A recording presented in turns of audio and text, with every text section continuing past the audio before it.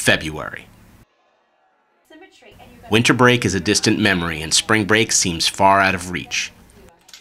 It's the perfect time to liven things up, as the lower school did with its Family Heritage Festival. Family Heritage Festival is an opportunity for the lower school to come together and celebrate the diverse heritages of our school community. So you'll have families that will host tables at our festival, and they'll put together a wonderful display to showcase their heritage. It might include photographs, art or artifacts. Some of them will have musical instruments or show videos of musical performances or dances. They may have native dress. They may also have culinary treats native to their country of origin or their state, and it's an opportunity for all of us to get together and share that. I think this year the highlight of the festival was the performance by Bocamoso. They have a lot of energy. It was very interesting. The kids got involved, the parents got involved, and I definitely think that was our highlight this year. Phyllis Robinson took her AP Bio class on a field trip that certainly got their blood flowing. The AP Biology class gets to go see open heart surgery once a year. We've been able to do it for 3 years, courtesy of the wife of our art teacher, Gary Wyatt, who is a cardiovascular nurse at Virginia Hospital Center. They are able to have people come into the operating room very quietly to observe what's going on. We were able to actually see the operation. We were able to stand near the patient's head. Can't see the patient, but we can stand near their head. We can look over the screen. We can see the heart. We can see the operation that's going on right there. And it is real, it's dramatic, and it amazes the kids, and every year it amazes me as well. Well, that was one of the reasons I joined the class, because I saw the pictures in the hallway, and it's always kind of interested me because I want to become a cosmetic surgeon when I grow up, and I really never knew if I could really meet the expectations of seeing somebody laying on the table. But then when I saw the picture dressed up in their scrubs, I was like, I definitely have to sign up for the class and see what the experience is like. So I signed up and I went, and it was amazing. I had some friends the years before who were on this trip and said it was probably one of the most fun things they did all year.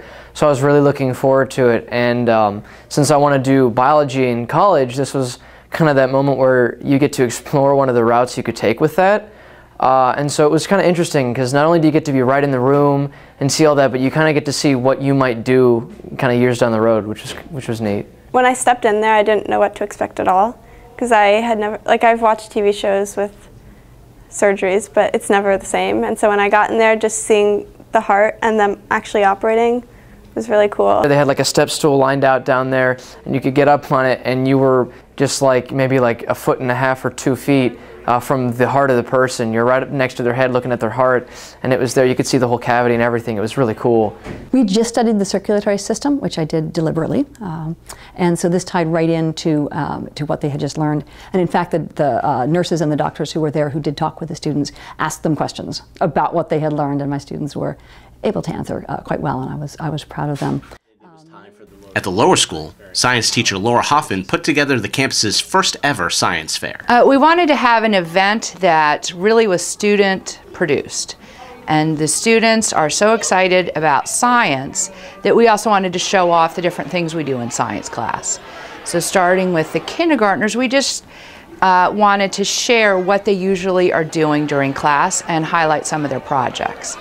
And the second and third graders, they all wanted to do their own special display boards. It was optional. I gave them the choice, and just about every one of them wanted to contribute. We had invited the senior science class, the conceptual physics class, to come because we didn't just want it to be a science fair where you walk around and look at things. We really wanted it to be interactive.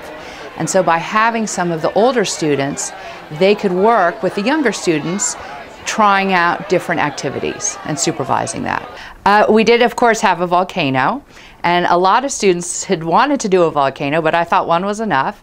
And this student, this third grader, actually had worked with his grandfather over the telephone on his research to prepare for this, for his display. And then his mother came, and they worked together to erupt the volcano, and I think they did it about 9 times. And finally, on Wednesday, February 15th, 6 students departed with a small group of faculty and administrators for the annual trip to Haiti. For the trip, we're going to be spending about a concentrated 24-hour period in the community where our partnership is located.